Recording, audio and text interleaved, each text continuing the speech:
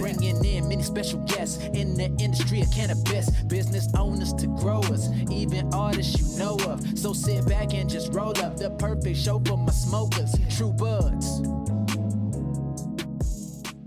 The thing that was important to me at the beginning was everyone was smokers and we needed to impress smokers, including ourselves. So we couldn't come up with this healthy alternative that requires your willpower to use because it's weaker and kind of tastes off.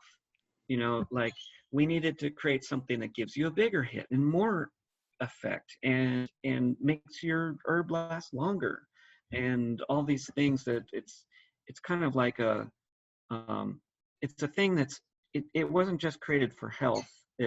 It was us wanting to get more effect from less herb.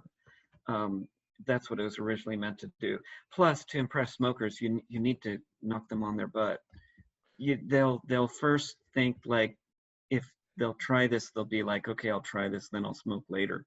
But if we can get 3 good hits into them, it almost erases the wish to smoke after. You'll notice with like a weaker vaporizer, weaker is not really the term, because even those portables will still char your herbs all the way. Something's happening. It's just not much that you're blowing out. But let's say a Volcano, very well controlled device. It's giving you 325 no matter what, exactly 325. You're inhaling this perfect vapor that smells like potpourri. And at the end of it, a lot of people really want to smoke because there's something missing. And what I think is, I mean, I got my theories. In herb is hundreds of chemicals that all come out at different temperatures. So if you hit your herb with one specific temperature, because like in America, we're always like, THC is important, so therefore we need the highest THC stuff, and we only want THC, and let's do it at the temperature that THC operates at. They get this one chemical, not an insignificant chemical, but it's just one. This well-rounded high that you used to get doesn't happen so much. I've gotten good hits from the Volcano by kind of like overpacking it and turning it up after. But then if you're capturing the vapor and it came from a hotter draw, it goes stale very fast. So you'd have to like inhale it directly. But anyway, I respect the Volcano a lot for being like the best machine and like exact on its temperature, and a good set it and forget it thing. Good for older people too. And it's fun to carry the bag around. Or back when things were on the download, it was fun to just walk out into public with a bag. Oh, yo, did you see though? Like, I saw that it could have been a while ago. I don't keep up with Volcano, but I saw that they had some type of whip going on. Oh yeah, you know, they shouldn't use that word. That's my trademark. But well, I don't know if they said that. That's just what I heard. No, they did.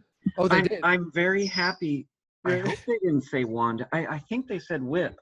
A lot of companies say it, and I kind of let it be, because like a word that we came up with, I want to because whip. It's like it took me years to realize when my friend called this a whip, and I said, okay, it's called a whip now. That it was because it's like long and kind of like a whip. Like that's not what I picture. Now a whip just means the vaporizer, tube that you inhale through.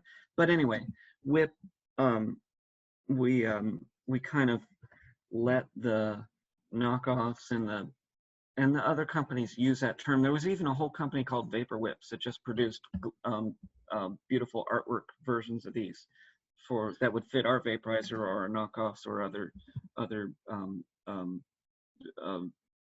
derivations like of our device or whatever. But anyway, it's cool if I see them use the word, because I don't know, we made a word that went around the world.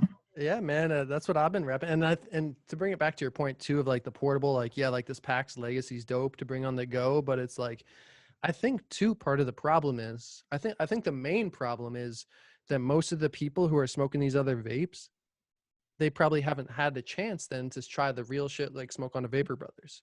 You know what I mean? Because I feel like that's the way that's shoved in so many people's faces, is that on the go, let's put the concentrates to the side, just talk the dry herbs, like you're saying, but like, that's the thing. It's like, oh, do it on the go, do it. But it's like, I feel like everybody needs to have a hit to see to base it off that. Like I said, I've been chasing a drawl as good as the Vapor Brothers for a while, and I haven't found it through anything else besides, like I said, the Volcano I like, but I would still, for the price point, go Vapor Bros. So Cool.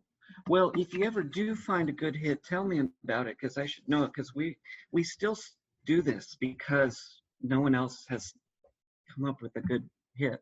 So we kind of have to keep making this. This is True Buds, that Mary Jane, now we ain't new to this. For my stoners and for my cannabis enthusiasts, never heard a show as good as this. Yeah, number one, it's the best. Bringing in many special guests in the industry of cannabis. Business owners to growers, even artists you know of. So sit back and just roll up, the perfect show for my smokers. True Buds.